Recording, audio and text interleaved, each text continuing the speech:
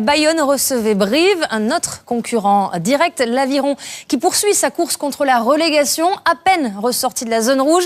Faux pas à domicile, interdit. Bertrand Guillemin, il semblerait que cet avis de tempête soit prolongé quelques jours de plus sur le Pays Basque. Avis de tempête sur la côte basque, avis de tempête aussi sur Jean Daugé avec un ouragan venu de Brive. Les Brévis sont en déplacement sur la pelouse des Bayonnais. Ils sont venus gaillards avec Gaillardman, ils sont venus aussi avec leur mascotte.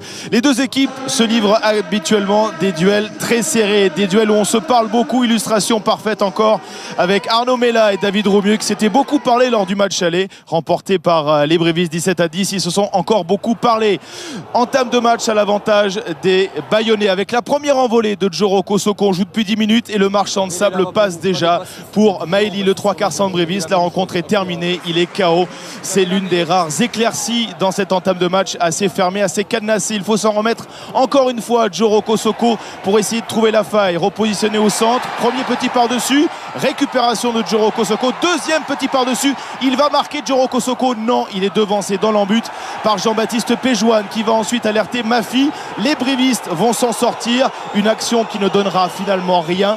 Monsieur Poit va faire appel à la vidéo. Pourquoi? Pour savoir si Jean-Baptiste Péjouane a aplati dans son embut, auquel cas ce serait une mêlée à 5 mètres. Oui, il a aplati dans son embut, mais la mêlée à 5 mètres ne donnera rien. On revoit pour le plaisir le geste technique double de Djoro Kosoko, mais un geste technique finalement pas payé. 0-0 après 20 minutes de jeu. Il faut donc s'en remettre à l'efficacité des buteurs, et le buteur maison c'est Martin Bustos Moyano, très efficace contre Clermont lors de la 17e journée. C'est lui qui ouvre après 21 minutes de jeu dans cette première période. Le score, Bayonne mène 3-0, mais on vous l'a dit, la rencontre est fermée, cadenassée, on se parle beaucoup de mamour entre François Darros et David Romieux, beaucoup de dialogue là encore entre Arnaud Mella et David Romieux. On s'aime beaucoup entre brévistes et bayonnais, mais la rencontre est toujours aussi fermée, et c'est finalement sur le buzzer de la fin de la première période que Gaëtan Germain va égaliser dans cette rencontre assez terne. 3 partout entre les deux équipes. Le deuxième acte va démarrer en faveur des Bayonnais. Les brévistes rentrent trop de ballons, notamment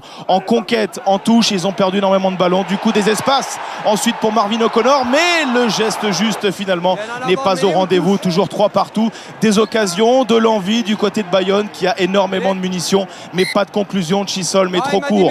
Toujours 3 partout entre les deux équipes, et on retrouve Martin Bustos Moyano pour finalement donner 3 points d'avance à la 54e minute en faveur de Bayonne. 6-3, une avance de courte durée. Gaëtan Germain réplique immédiatement. 6 partout. Brive n'a jamais gagné à l'extérieur cette saison, mais Brive peut peut-être repartir avec le match nul. Simplement voilà, Martin Bustos Moyano n'est pas en réussite. Du coup, Stéphane Brett entre en jeu, et c'est lui qui va libérer les Bayonnais à 9 minutes de la fin de cette rencontre. Une rencontre assez terne, on vous l'a dit, le marchand de sable est passé pour Maëly en tout début de match, et il est passé tout au long de la rencontre avec cette victoire finalement bayonnaise 9-6. Tout le monde est content, la victoire pour Bayonne dans la course pour le maintien et le bonus défensif pour les Brévis, mais ce n'était pas le match de l'année.